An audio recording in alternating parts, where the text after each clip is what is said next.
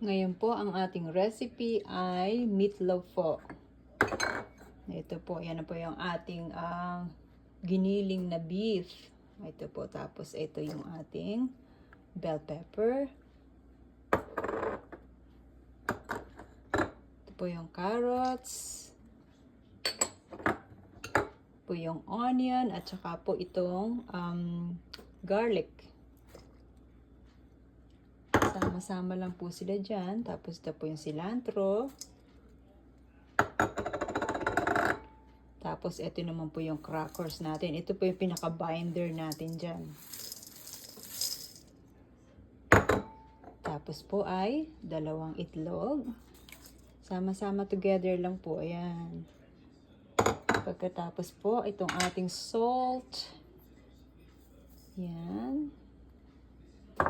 Tapos po ay itong ating garlic powder.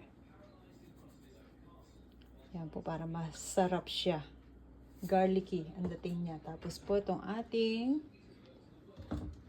paminta.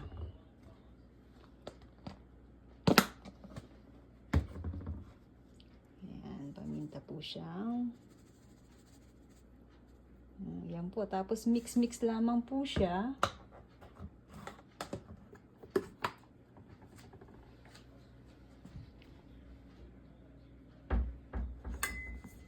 Mix-mix lamang.